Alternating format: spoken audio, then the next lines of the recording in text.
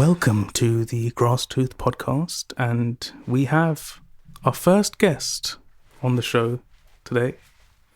Everybody say hello to Tanjiro. Did I say that right? Yeah. Tanjiro Kamado Dragon. Yes. You've joined us from the Demon Slayerverse, is that correct? Yeah, I mean, that's my day job. Yeah. I slay some demons on a day-to-day basis. You're welcome. You're all safe because of me. Mm-hmm. I've just locked my sister inside a wooden box as well because she's getting a bit aggy. So I've just kept her in there. It keeps her nice and relaxed when she's there. She falls asleep. And yeah, I've just, I slay demons. That's my main job, and I'm very excited to do this because this is something different. Speaking with you guys, so yeah, very, very happy to be here. And can you talk us through your outfit today? I noticed that you've got like a priest's attire on under the robe. Underneath this cloak. Are you a man of the cloth? I am, yes. I'm a man of the cloth. I'm a man of the Bible. Yeah. I am everything. Man of the people too. Man of the people. This is the GrassTooth podcast.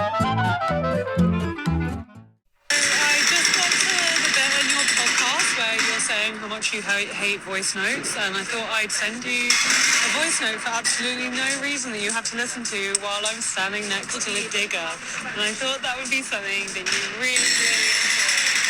And I'm so glad the digger is making so much noise, and I'm making it as long as possible because in case I might say something really important. And I've always thought I just love the sound of my own voice, and you have my permission to use this on the next episode to give examples of how much you hate people giving you voice notes. Oh damn, the digger stopped. That's so unfortunate. That really is unfortunate. That's supposed to be a good friend of mine. Yeah. So if you let people know that you're not a fan of something, and their first response is to do that exact thing. Yeah. What does that say about your friends? I think firstly they don't respect you, but that's not something that's unbelievable, to be honest, right? Right? Just in general, or for me? Just in general. Okay. Okay. But I like it. Yeah. I like it. I do like it a lot. Yes. Shout out to my friend. Love you a lot. Thank you for supporting us and watching the podcast and listening to it. I think she listens to it. That digger was super loud though. It was so annoying. So loud. So I was eating when I got that. I was at a restaurant and I was eating. Yeah. And I saw it. If it had been a message, would have messaged straight away. Yeah. But I was in the middle of a meal at a restaurant, saw the message, and I was like... It's that uncomfortableness of like, I need to put it here. I'm definitely not doing that. It's always an earphone thing because you never know what Goodness. the message is going to be. Right. So I waited. She had to wait a whole hour before I got back to her. Like, why? If you're sending a voice note, just know that you're telling the other person that this is not important. There will be a delay. There will 100% be a delay. I'm not diving 3 to 5 business days. Please. Just keep that in mind next time, guys. All right? Talking about eating, though. A little bit of ASMR for our listeners. Yeah. ASMR, that's it. I think, I had a few people say, listen, I love the way you eat. They said it to me personally. No one said this to me. But bit of ASMR, bit of a mukbang. We've got a bit of a throwback. We've got some cereal. Some of my 2 favourite cereals from a couple of episodes ago. Yoni's gone and got the Just Right. It actually suits his outfit right now. Right. Just right. And we've also got the Curiously Cinnamon. And Yoni is going to try both these cereals live for the first... Well, not live, but for the first time. On the GrassTooth podcast. I'm excited. Very first time. Oh, you might be wondering why it's open, even though I said it's for the very first time. My girlfriend got a bit peckish, and she's tasted it before me. You know how, back in the day when the king wants to eat, of course, and they get their servant to taste it just in case there's toxins in the food. That's essentially what I've done. And she's staring at me really angry. The level of love that she has for Yoni, she wanted to taste it to make sure it's okay for a little baby to eat. Exactly. So maybe a little bit jealous. I'm not gonna lie. I've got a bit of Just Right, which I'm gonna put into the bowl now. You don't have to walk. You don't have to talk through. No, it's just for the audio listeners because they need to know what I'm doing at this exact precise moment. So I think they can work it out from the sound. I'm pouring some Just Right into the bowl. Okay. And Yoni is pouring flake by flake into the bowl.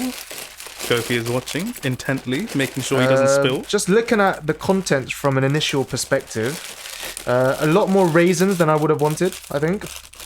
And I'm not really a raisins man. Oh, I see. Do you want me to hold it to the microphone? Oh, yes, please, yeah. So that we can hear all the crinkles. Yeah. Do the people want to hear the crinkles? I don't know. There's a lot of people who don't like the sound of eating. So if you're not a fan of the sound of eating, then maybe skip to, I don't know, 10 minutes into the podcast, 15 minutes into the podcast. They might not like the sound of the crinkling, right? But they'll love the sound of me biting and crunching down on this. I wish you could do it in my ear.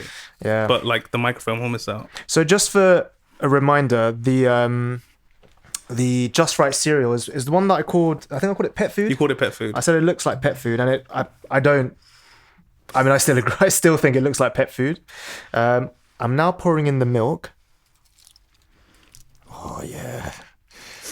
Do you like the cereal to milk ratio there, Gopi? I think it's a bit too milky for my taste. Too milky? Yeah. All right. But it's okay. Cool. All right, guys. We're about to begin. I'm really excited. All right, okay. Go on, Yanni. Tuck into that. Bit of a mukbang ASMR hybrid right here. All right. Give it a nice little swell. Quite crunchy. Okay. All right, guys. Listen. Listen to this. Why? Okay.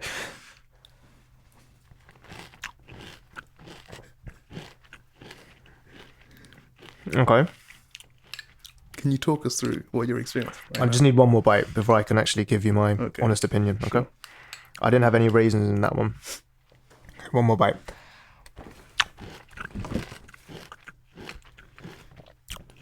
So this has molasses. Maybe that's why I like it. Molasses, almonds, sultanas. I saw something about having bits of dates in it. Maybe that's the Australian version. Because I think this cereal actually originated from Australia. From down under. Down under. Do you taste the Australia? No. I taste pure shit. Okay. This... Shall I tell you what? I thought maybe I'm being a bit too harsh, right? Because you shouldn't really judge a book by its cover, but I looked at this and I judged it pretty hard. Because this is honestly shit, right? It looks bad, but I've just tasted it. It tastes worse than what it looks like. What do you like about this? I don't understand. Can you tell me what exactly is about this? It's the textures, it's the flavor. What texture? There's so many different. There's literally. It's got the. What do you mean whole flavor? Wheat, corn, and rice flakes. There's flavor? 3 different kinds of. There's no flavor cereal in there. There's no flavor in this.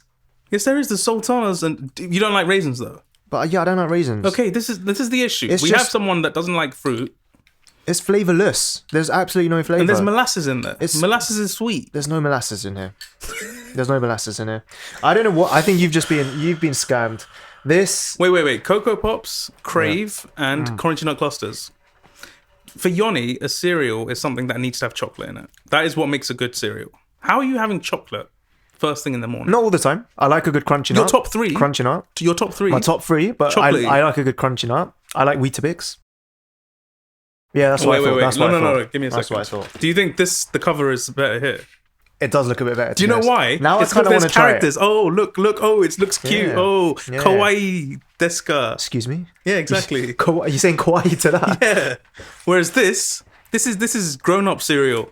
Okay? This is, let me think about shit, you know? I've got a slight issue. I need to munch this and think about life. I don't have enough, because I need to... You don't have enough milk. I need to finish this? 100% you do. You can't mix the two. All right, fine. All right, so let me just power you out for a bit more longer. ASMR. Look, these silly faces, he needs to be looking at that. That's the thing. You eat the cereal and you look at the people on the box. That's the kind of people that likes this kind of stuff. I know this is second place for me, but I'd rather this wasn't the cover. I'd rather it look a bit more like this. All right, guys, I'm done. To be honest, the next one I'm going to try, the Curiously Cinnamon, I actually think I like this from the get-go. Packaging wise, very good, very playful, and I told you I like cinnamon. So let me. Oh, this one's brand new, guys, brand new. And you don't need to do this. You don't need to do this. Okay. They don't need to hear you opening the bag. Okay. So, already. Oh, the whiff of cinnamon is hitting me hard. You know what it is? You know what you said about the Cocoa Pops, the milk? this milk, it becomes like kind of silky. Right. And it's got that sweet cinnamon flavor. And do you like drinking it after? I love it. Like downing it. Because like there's a silkiness to it. Yeah. All right. I'd say watch the milk content. Okay. Yeah, that's enough for me. That's enough, yeah? For me, that's enough. Okay. And like, let me just... Sorry, I'm going to take this. I'm just going to incorporate... You need to make sure it's incorporated into the milk. Okay. There you go. Thank you very much. I'm now going to try the what's called for the first time. Curiously cinnamon. I am curious about this. He is so curious. I'm curious super curious about him being curious.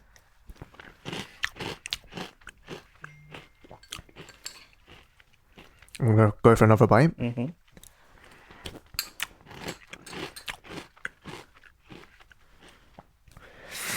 That's very good. Mm-hmm. That's very good. It's got weirdly, because you said last time it's very like too sweet. Yeah, that's what you said. I think it's a good level of sweet. It's not too sweet for me. Yeah, but that's because I like. That's because I like Crave and chocolate granola. But this is good. I like this. This is very good. I'm gonna have another bite because it's really good. Mm-hmm. Take some milk as well. Oh, the milk. Cinnamony. It's got the perfect balance for me, personally, of sweetness. Mm-hmm. It's got a good texture. It's crunchy. I rate that a solid 8 out of 10. I've got a little story to tell you because just watching you eat that just now just reminded me of something. Yeah. I was in year 6 and I have 2 friends who went to the same school as us who was also they were both in my primary school. Do you know who I they know are? I know both of them. Okay, I think. Yeah. And I think it was during the exam season. I think it was during SATs. So around the time of SATs, what they started doing was they had this like breakfast club to make sure the kids all had breakfast before the exams so that they do well in the exams, right? So if you got in early to school, they'd give you like certain breakfast foods like cereals and toasts and stuff. The basics. Yeah. And I was there early once and I was having cereal there. And one of my friends, the one who... I don't know how... The one we went to Budapest with. Oh, yeah. Of course, yeah. One of my friends had the cereal and then he drank the milk out of the bowl like this. Right, okay. Right? And then another person who was there, a girl, she went, ugh! And everyone was like, what's going on? Yeah. And she's like, oh, you drink the milk out of the bowl like that? And he's like, what are you supposed to do? Yeah. Of course I do. And she's like, you're supposed to like... And she was using her spoon to like scoop out the milk and drink it. What? Yeah. And then... What did the people around them say? I was there too. Oh, okay. And she was like, yeah, who does that? Right. And then he looked to us and was like, don't you guys do this? I do it 100%. Yeah, 100%. But as a year 6 little boy, I got scared. Self-conscious. I was like, yeah, obviously you use the spoon. Who doesn't use a spoon, That's so guys? Gross, man. Yeah, no, but yeah, I watched you drink that out of the bowl. Well, now I'm an adult, innit? I don't care what people say. As a child, I would have definitely spooned the milk out if some girl tried to palm me out. But 100%, man. Slurp out. You see how we got to the bottom of that? Of my insecurities as a child. And I got to the bottom of that bowl as well. That's what I do. That's what I do. GlassTruth. Come on. Let's do it. The GlassTruth. Making sense of nonsense. It is customary. I know this is the first time we're doing this, but it is customary on the GrassTooth to have the guest bring in the GlassTruth for the episode. And seeing that our guest today is Tanjiro Kamada. Tanjiro, what have you brought for us today? What was special about this week? Super Bowl? Not that special, but still special. Not that special? But still special. Probably more. Actually, no, sorry, more special. For me personally, the Super Bowl was not special. I don't care. Yeah. Oh, I could go on a rant right now, but I'm not going to. A rant like the Travis Kelce rant. Oh yeah, that was awful. Even a rant? Awful behaviour. Shoved the coach. Shocking. Come on. Shocking. I know the whole world is watching, but like... Come on, mate. You can do better than that. What was special this week? Valentine's. Oh my God. How did you forget that? This gives you an insight into my life, okay? I was literally thinking about this on the way here. Yeah. I was like, we've done like a Halloween episode, we've done a Christmas episode. didn't even occur to me that there should be a Valentine's episode. This is a Valentine's episode. Well, it's a Valentine's GlassTruth. Okay. Well, you'll get that. Next year, we'll make sure we're on the ball. But this is a Valentine's GlassTruth, guys. Mm-hmm. I've come today with a really wholesome, lovely love story. Mm. That's probably the best way to put it. I love a good love story. And it's also a partial reason as to why I'm in this. Mm. Tanjiro, that's your outfit. That's my outfit, but a bit of a dress up because there's a bit of dressing up involved in this sort of story. Wow. But as I said, this is a loving story. It comes from Lima, Peru. Mm-hmm. And I'm just going to set the scene for what actually happened, okay? I'm visualizing it. Please visualize this nice and well. There was someone in a really cute bear costume. Super cute bear costume. Mm-hmm. And on their ear, there was like a bow, like a nice little ribbon bow thingy. And they were standing outside a house with a box of chocolates and a heart-shaped balloon. Mm-hmm. And they were on one knee with a sign that said, "You are my reason to smile." Mm. Really, really cute, right? Sure, if that's your thing. Out comes a lady. A lady bear? No, just a lady. Okay. Just a normal lady. Sure. Slightly nervous, slightly hesitant, but probably because she's got butterflies in her stomach, right? And this was recorded on video. Mm-hmm. Okay? Just wait a sec. The scene has been set. That's the scene. The man dressed as the bear is a policeman. Mm-hmm. And the woman coming out of her house is a suspected drug dealer. The moment she comes out, the police bear and other undercover agents tackle her ferociously to the ground and handcuff her. All the while, you can hear the fearful weeping of her children, dogs barking maniacally, and the loud shuffling of contraband that can be found in her vicinity. Wow. Happy Valentine's, kids. Yes. That's my kind of love Valentine's. Story. Yes. What are your thoughts? Good. I mean, obviously a very successful raid, but do you like the tactics? Do you like how he did it? I thought it was good. I wanna get into the mind of that the person who came up with that plan. Please do. As in, I'd like to, but they're not here. But yeah, like what? I think there's a phrase. There is a famous saying, something about confuse the enemy, something along those lines. You need to confuse the enemy, right? And this is literally exactly that. Yeah. The children crying is a sad thing to hear. But otherwise, it's like something out of a fairy tale, you know? It's like a film, isn't it? Yeah. It's like a film. And Not a film, I'd say a fairy tale more than a film. There's no film where fairy tale film? Maybe. I just thought it was super... I think it's quite comedic. Yeah. And some might look at it and just be like...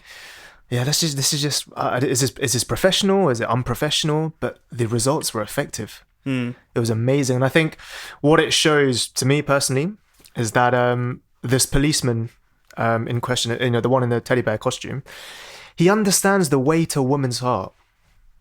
It's compliments and balloons. And chocolates. They just know this, man. Perfect execution. I feel like that's the way to most people's hearts. Would it be the way to your heart? Chocolates, balloons, compliments. Say you're a man who's on the run. Balloons not so much, but carry on. But say you're a man on the run. Yeah. Right? I don't think she was on the run. Was she on the run? She had her kids with her. Okay, say you're not on the run, but say you have committed a crime, right? Yeah. And you weren't expecting police to come in front of your door, right? If this happened, if a teddy bear came up to you like that, would you peek? Would you come out? Or would you find it suspicious, do you think? I'd find it super suspicious. Okay, maybe not a teddy bear. Maybe it's something that you that really does actually pique your interest. Maybe what if you saw like someone like a Stanley Kubrick lookalike that came to the door, right? That'd be terrifying. That'd be terrifying, but that would be so scary. Would you not want to go out though? No. Would it not pique your interest? Do you know what Stanley Kubrick looks like? No, I know he's passed away, but but you know what he looks like? No, does he look scary? He looks terrifying. Does he? Yeah. But he's your hero, no? He's your film hero. That's why he's my hero, because he looks terrifying. Right. Do you understand? The respect is half respect, half fear. Right. But he's not here anymore, so why are you fearing him? He still scares me. He still scares you? Yeah. Through his films? Through his films, through his mind. But I don't know. I don't Come know on, what you would pop out. You'd pop your head out. I don't think I would. You wouldn't. No. I don't know. Dude, you sound like you would. I definitely would. Yeah. I feel like if someone was dressed up as like a Charizard or something, you'd run out. If they dressed up as Tanjiro Kamado and came in front of my doorstep, I would definitely come out. I'm like, hey man, how you doing? You alright? As I swiftly get tackled by 6 policemen. 100%, bro. Oh gosh. But this kind of made me think of one thing, and we're going to play a little game, right? We've done this before with the. Do you remember the childbirth? Yes. Is this true headlines, false headlines? A little bit different, okay, right?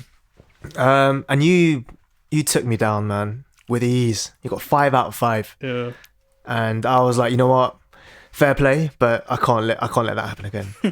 I need to rattle you, right? So we're gonna play a game of 2 truths, 1 lie. Oh, okay. All right, funny ways in which criminals have been taken down. Oh wow, there's enough for a whole game. Yes. I'm gonna give you 3 scenarios. 2 of them actually happened, and one of them didn't. Came from my brain. Okay. Number 1, an ex-employee who was suspected of stealing $5,000 from his workplace left his job and moved away. Despite being a fugitive, he applied to join the local police department. When he turned up for the interview, he was arrested on the spot. Scenario number 1. The second one. Police shared a not-so-flattering mugshot of a wanted criminal. Thinking the photo didn't capture his best side, he shared a more flattering selfie with the police and even called the local radio station to vent his frustration. Police were delighted with his help and arrested him swiftly afterwards. Okay. And number 3. A wanted suspect decided to test his luck by burgling another property. In a hilarious twist of fate, the selected property of choice belonged to an ununiformed police officer who came back in time to detain the suspect and arrest him. 2 truths, 1 lie. Okay, so first scenario was 5,000 stolen from his workplace, and then tried to apply to be a police officer and got arrested at the interview. At the interview, yeah. So they knew he was a fugitive, but they were just like, "Oh my gosh, he's applied. Yeah, let's give him an interview." And when he came to the interview, they just got to him. Second scenario is, remind me again. It was the mugshot, the not so flattering mugshot. Send in a selfie because you weren't happy with your mugshot. Third was wanted fugitive tries to burgle another house, and it's ununiformed. So it's basically a policeman, but it belonged to an ununiformed policeman. Yeah. And the policeman came back in time to arrest. What are you thinking? I'll give you this. All 3 of them sound plausible. I think the one that sounds the most true is the middle one with the selfie. The most true. I think so. Ooh, I think it's calling in the radio station adds a bit of... I'm not sure. Do you know the answer? Oh no! She's judging me as well.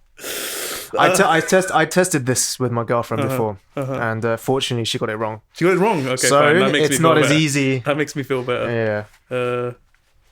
Ununiformed. So I think it's between ununiformed and 5,000. Alright, I'm going to say the 5,000 is false. It's false. Yeah. We've done him. We've absolutely done him. Is it absolutely? If the middle one's false, we've absolutely We've done him. Okay, fine. It was the ununiformed policeman. That was the fake fine. one. But I added little embellishments into the stories. You know, the radio station. Do you know what it the is? Ununiformed police officer. Oh. Wait, but the radio station's true. That's true. Yeah, 100% true. Yeah. But I think as in you did well. Thank you. And the reason you did well is because the third one was so bland that I was just like, you know what? It's just in the background. Yeah. It's just like, that could happen. That definitely could happen. That was exactly what I was thinking. Very good. Very good.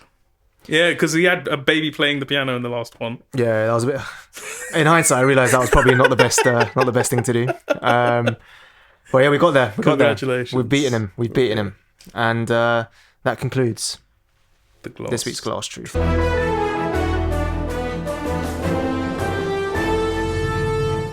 I feel like you've been watching a lot of films and stuff recently. I have actually, and there's been someone that we just haven't been thinking about all this time while we discuss all these films and TV shows. Do you know who that is? Who do you think that is? Bloomington Rumblesnacks. So Bloomington told me he was crying. He was like, "Oh, he was crying. I want to see something. You know, like it's so unfair that you two are the only people that go and see stuff. Right, Let me go and see something." So I took Bloomington to the cinema. Sure. And we watched a film. What did you watch? This is the GlassTooth. Sorry, this is now the official. We're naming it. This is the episode that we name it. Third segment is called the GlassTooth. And to start that off, I watched the Iron Claw. Oh. GlassTooth, get it? Iron Claw. Fighting. Break your glass tooth. So on and so forth. Oh, we've got a fan. Even if you're not impressed. It's sarcastic. But I'm a fan of myself, okay? And that's all that matters. Iron Claw. I went into it. The trailer gave me vibes of like, I'm not sure if I'll like this. High School Musical? Definitely not. It stars Zac Efron and Troy Bolton, yeah.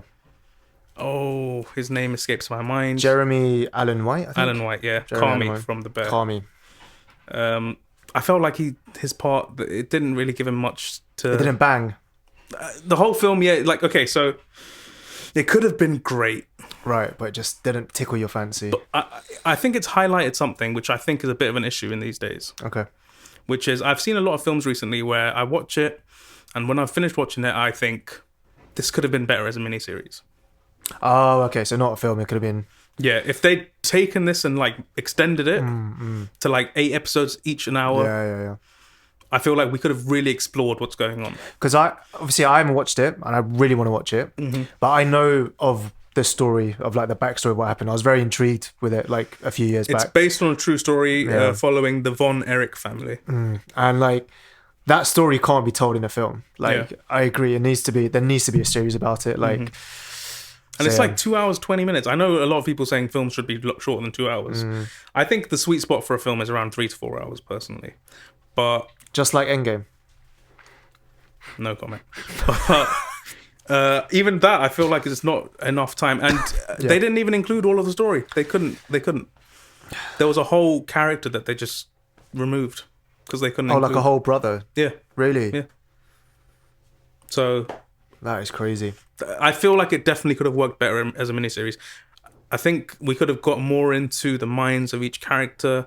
I feel like we could have explored the themes a lot more in detail.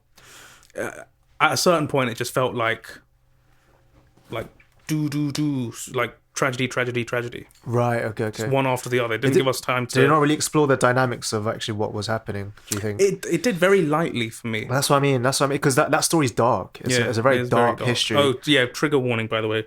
Yeah. I feel like, as in trigger warning for the film, we're not going to get into the details of it. Let's not get into details. But there's a lot of dark stuff that happens, and if you're easily rattled, I'd say give it a miss for sure. Yeah, but I need to watch it.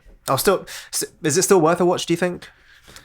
I did go with a friend as well as Bloomington. Yeah. And the conversation after the film, I think it was much needed.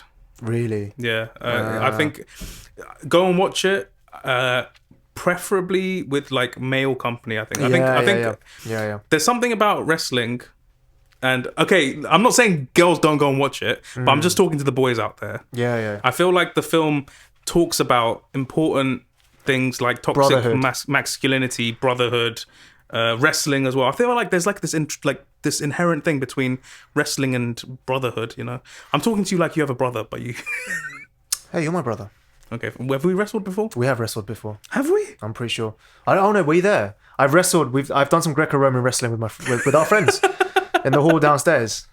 Which hall downstairs? Oh, I don't think I was there. Oh, you weren't there, no, maybe. I wasn't there. No, but I did some Greco-Roman wrestling with my friends, and there's a different level of, because like obviously you're fighting, you're trying to usurp your opponent, but because you're so like together, you're just practically hugging. It's basically aggressive hugging. Yeah, I like it. You can say it's homoerotic. That's fine. I don't care. But lots of topics, isn't there? As you said, like brotherhood. Yeah. I was thinking like parental pressure. That's another. That's thing. a huge thing. Yeah. So for that conversation, I think go with male friends, watch it, and I think family. Family too, for sure. I don't know if I could have watched that with my. I was gonna say for you it would have been tricky because like you've got I think the exact same number of brothers that they have in the film as well. That's crazy. And I had a really deep conversation with my friend after that film. Check it out. But speaking of, wrestling was a big part. Not a big, like a decent sized part of my family when we were kids. We had the SmackDown vs. Raw on PlayStation 2. Played that all the time. We weren't allowed to watch, we didn't have wrestling on the TV because we only had the terrestrial channels. But we were fans of it. I remember like going to the internet cafe as a young kid. When I was supposed to be doing homework, I'd just be watching wrestling videos on YouTube. I used to chokeslam my sister. I swear I asked you on another episode if you used to fight your sister, and you said you didn't because she's too young. Well, no. I whilst kind of reliving my life through wrestling, I see. I used to chokeslam her quite often, yeah. But obviously, I didn't like not to damage her, like just little threat there, innit? Just like don't mess with the big boy. Me and my brothers used to wrestle. Oh, I bet you used to wrestle all the time when we, at a certain age. So we had like this loft room, and we got into trouble all the time because whenever my parents found out we were fighting, they'd get vexed. They'd get super like Asian parent vexed. But like, were you wrestling properly, or like was it? We were doing all sorts. Really? I think I passed out twice whilst wrestling. There was one point we used to do submissions and stuff. Oh, I had someone's leg in a submission, and then that person like tried to kick out of it, missed me, and put his leg through the wall. Oh my god! Like through the plaster stuff. What was your favorite move? We all had our own finishes. We had our signature moves, finishes. So do you want to actually hear this? I want to hear it, yeah. Okay, so like imagine you're like lying on your front, right? Yeah. What I do is I put my knee behind their knee and then pick up their leg and like do that. So I've got like my knee behind their knee. That's a powerful move. And it would destroy them. That's crazy. There was one called a backbreaker, which is when someone's lying down, someone would get on the top of them and then like pull them back. Oh, that's horrible. We were. That's crazy. See, these are times where I wish I had a brother. Also, don't try this at home, like all the wrestling shows. Definitely don't try this at home. I passed out once. What was it? One sec. I know you've got a lot of brothers, right? Yeah. But how many of them were involved in this? So this would just be the youngest 5. My sister would join us. Is she Steph McMahon? Is it McMahon? Stephanie McMahon. Stephanie McMahon, yeah. Yeah. Fair enough. That was our wrestling stories. I don't know. I feel like this was really bad what I just said. I probably shouldn't have admitted that I chokeslammed my sister, but it is what it is. Moving on from that. Not moving on, but speaking of wrestling, did you like wrestling as a kid? I did, yeah. I think I was the same. Like I couldn't watch it, obviously, because of we're in the UK, but as much as I can on YouTube, clips and stuff. Yeah, I used to follow it quite a lot. Yeah, not like haven't followed it for a while, but certainly when it was like when I was like maybe 6 to 10, that sort of age. I still used to watch it quite a lot.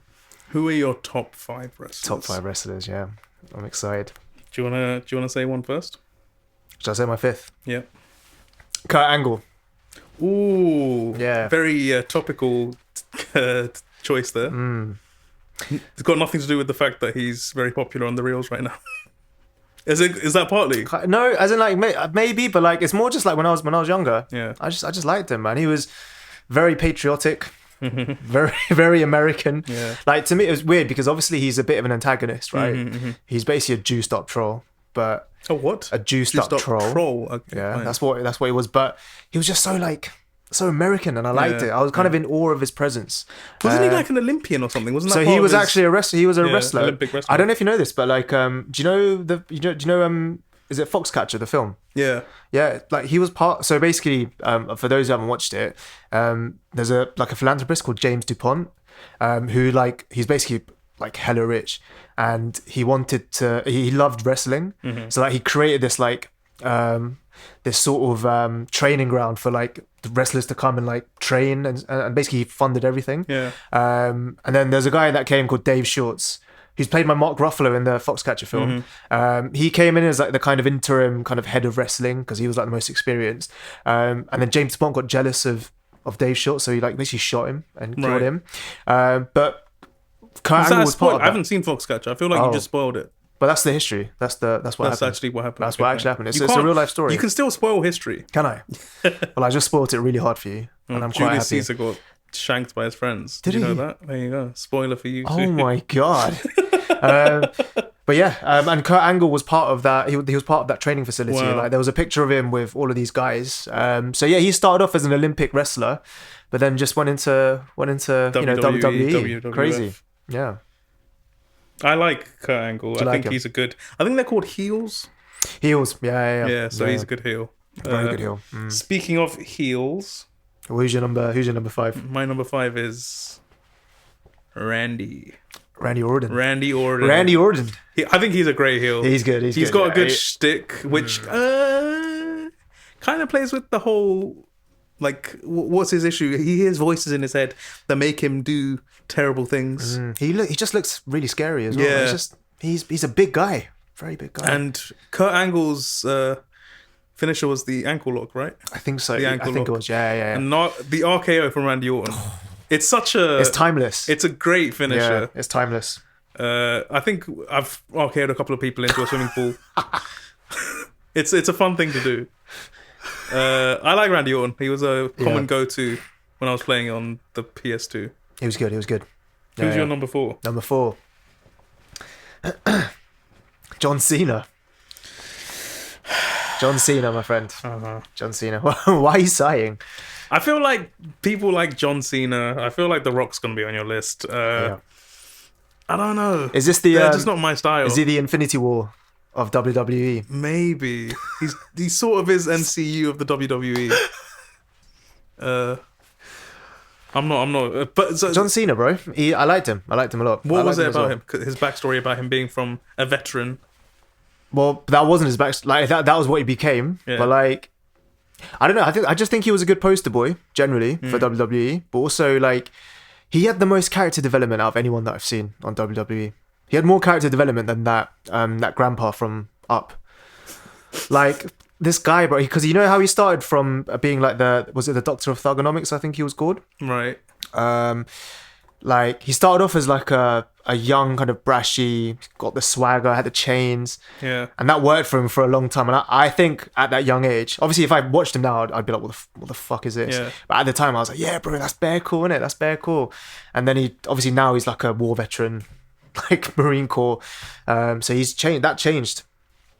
But I think the war veteran thing that was part was of that before? I think so. Yeah. No, I don't know. I think also his backstory is that he started off as a wrestler that was half man, half machine or something.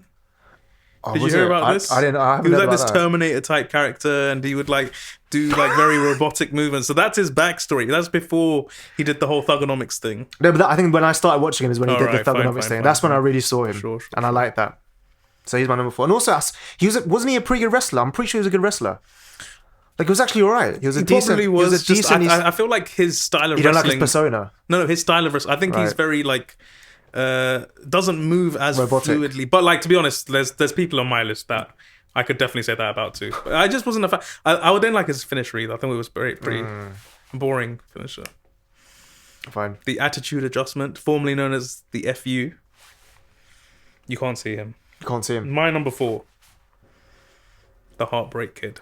Shawn Michaels. Shall I tell you what? Shawn Michaels was going to be in my honourable mentions. Okay. I think he was a bit before my time. Yeah. To be honest. I didn't see him. Much of him. I've heard a lot of good things about him. Shawn Michaels. I think I liked his persona a lot. It's like the troll kind of thing with Kurt Angle, but Kurt Angle, you were supposed to hate him. Yeah. Right? I feel like everyone hated him. Shawn Michaels is a Shawn Michaels, you loved the fact that he's such a brat. Right. You know? And like Sweet Chin Music, again, great. It's such a good finisher. It's like you just hit him out of nowhere. And, you know? He's quite good looking as well, wasn't he? Was that why he got a lot of attraction, do you think? No, I wish he was quite good looking. No comment. He looked like a rock star.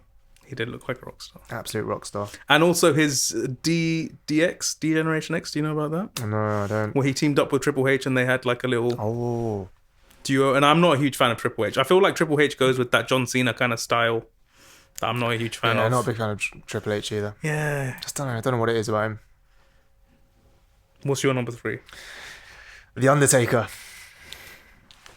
The Undertaker. That guy made me shiver.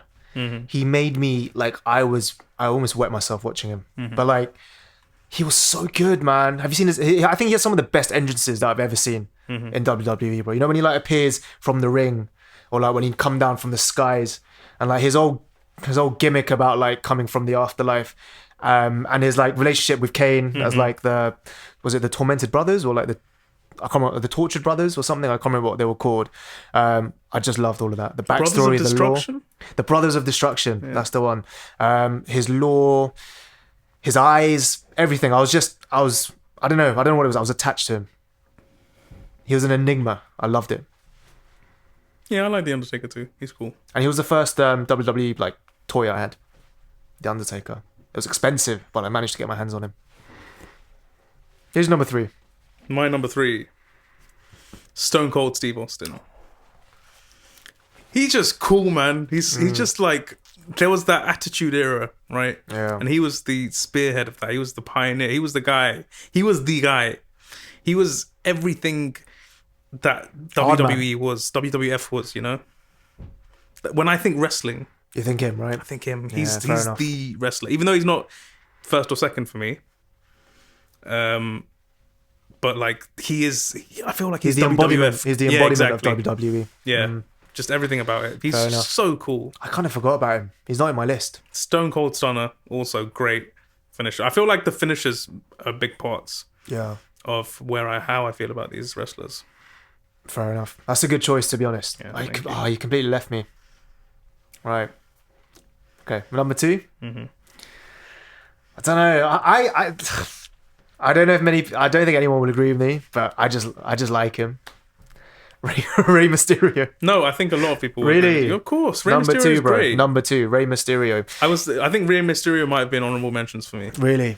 He's just cool as fuck, man. Bro, he is. Should I tell you what? He is the Ronaldinho of WWE. He's full of tricks. Yeah. He's just energetic. He's ethnic. Yeah. Which is why I liked it. He brought up that whole... But he was different. What is it called? What's the wrestling called? You know the one with the mask and Macho Libre? Is that the film? Macho Libre? Macho Libre is the film. Labrador? No, not Labrador. That's a dog, isn't it? Luchador. Is it Luchador wrestling? Machador? Much Ado About Nothing? Lubinator? That style, that Mexican style, yeah. He just brought that in. Where they're just flying mask around. Is great, like and the 619, what a classic finisher. Booyaka 619, like, the acrobatics there. I think there's like people like Rob Van Dam, Rey Mysterio definitely. They bring the acrobatic flair to wrestling. I tried to do the Booyaka 619 to my sister. On what? How would you even do that? On the bed. But like you need to use the ropes. I used the bed, the headstand. I held that and I just like swung my legs around, and I think I injured myself more than I injured her. But that's a cool memory, and that came from my guy Rey Mysterio, man. Yeah. He's Rey Mysterio's super fantastic. guy, Superman. Fantastic. Why would you think no one would agree? Everyone would. Everyone respects him so much. No. He's that type of wrestler where like everyone loves him, but whether they consider him as a top 5 wrestler is a different question. Right. There's no doubt that people love him. Yeah. Like he's one of the ones that made me fall in love with wrestling as well. But just in terms of as a top 5, it's a difficult one. But Rey Mysterio. For me, I put Rey Mysterio above like John Cena for sure. I can see it. As you did as well. Like I can see it. Yeah. Wait, am I on number 2? Number 2. I don't know if you'll know this one.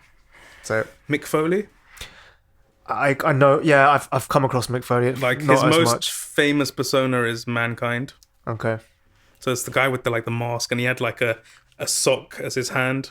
A sock puppet. Yeah, sock puppet. Right. So he had loads of different personas, right? He was Mick Foley. That's his standard one. Yeah. Dude Love. Okay. Cactus Jack. Okay. And then Mankind. Mankind was my favorite. Right. And each of these, I feel like he sort of like was a multi-personality wrestler, right? So you got a lot of different sides to him. He came out on different versions, and it's like multiple personality disorder type thing. Right, like split. Yeah, split personality. Right. I liked that. I love that. It's almost meta. Right, Like, you don't know what you're gonna get. Yeah, exactly. It gives you like it shows you for what wrestling really is. You know, you got range. You got range. Fine. And Mankind, I think, one of my favorite versions, one of my favorite personalities, because you just had no idea what was going on. You know, and the sock puppet, you just shove it in someone's face. Insane. But for the sock puppet, like, what is it? Is it like a snake or? It's just a person. Oh, just a person. Yeah. Oh, have you seen that video of the sock puppet with a snake? No. And they got the Pied Piper. No. Have you not seen that video? No. There's a video of a wrestler. It's like modern wrestling. It's I see. It's gone downhill, bro. Fine. One of them. Fair enough. So he's kind of started. Do you think he started off, or were there people before him doing the sock puppet thingy? I'm not sure. Okay. Interesting. Your first place? My first place. I want you to guess. You want me to guess? Yeah. It's good. Batista? No. I feel like there's like a big name that I'm missing. I mean, you've already said it before. Ooh. It's The Rock. Oh, The Rock, of course. Yeah, obviously. Bro, like, I think The Rock, it's not that he gets hate, but people don't realize what sort of wrestler he was. Because you look at The Rock now, right, or Dwayne Johnson now, and you're like, oh, he's this guy. And like, you can say whatever you want about Dwayne Johnson, the actor. Yeah. But The Rock, the wrestler. Yeah. Bro, I personally think he is one of the best, if not the best on the mic, in terms of his personality, in terms of his comedic timing, everything. The dude was funny. Yeah. And the most memorable moments that I remember from WWE, he was involved in them. Like, one of my core memories was I can't remember what the situation, like what sort of match it was, but it's basically Triple H versus someone else, right? Right. And The Rock was appointed as like a special referee to come to the game, right? And he comes in and he's refereeing, but he obviously ends up trolling and he's fighting both of them, right? Instead of wrestling. Yeah. And then for a bit, he takes a break from wrestling them and like goes to the commentary box, puts on the headphones and the camera. And then the commentator there on the table was like, yo, Rock, you're meant to be like refereeing. And he's just like, shut the fuck up, bro. Don't talk to me like that. And then he slides in, and I think the other guy's got Triple H in the submission thingy, and The Rock goes, 1, 2, it doesn't matter if I count to 3. And then he just chokeslams both of them, bro. The guy is just an enigma. I love him. I love him so much, man. As a wrestler, he was great, I thought. I don't hate him. I just... He just never drew me. There wasn't anything. There was no hook for me. Right. Okay. Whereas a lot of the people on my list had hooks. Even when he spoke Chinese, that didn't bring you in. Can you do the phrase? Do you know the phrase? No, that's John Cena. No. Oh, The Rock. Yeah. Ching chong ching tong ai. No. Let The Rock speak to you in Chinese. Ching tong ai. Wow, we're gonna get cancelled straight away. 100%. I didn't want to say it.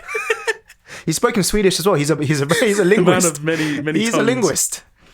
My first place. Yeah. Is one that you've already said. The Undertaker. The Undertaker. Love the Loved Undertaker. Him, innit? Everyone loves him. His shtick was incredible. Like you said, the whole Brothers Destruction thing. There was that whole America Hero kind of thing where he came in with the motorbike. Yeah. And then the Back from the Dead stuff. Incredible. The theatrics, I'm telling you, bro. It's the like, best. yeah, for sure. Because like, there's that whole thing, like, you think he's down, and he just rises back up, you know? That's like that. Yeah, that second wind of energy. Yeah. Bro. And he had that, I think he had like probably one of the longest WWE like career. Yeah, for sure.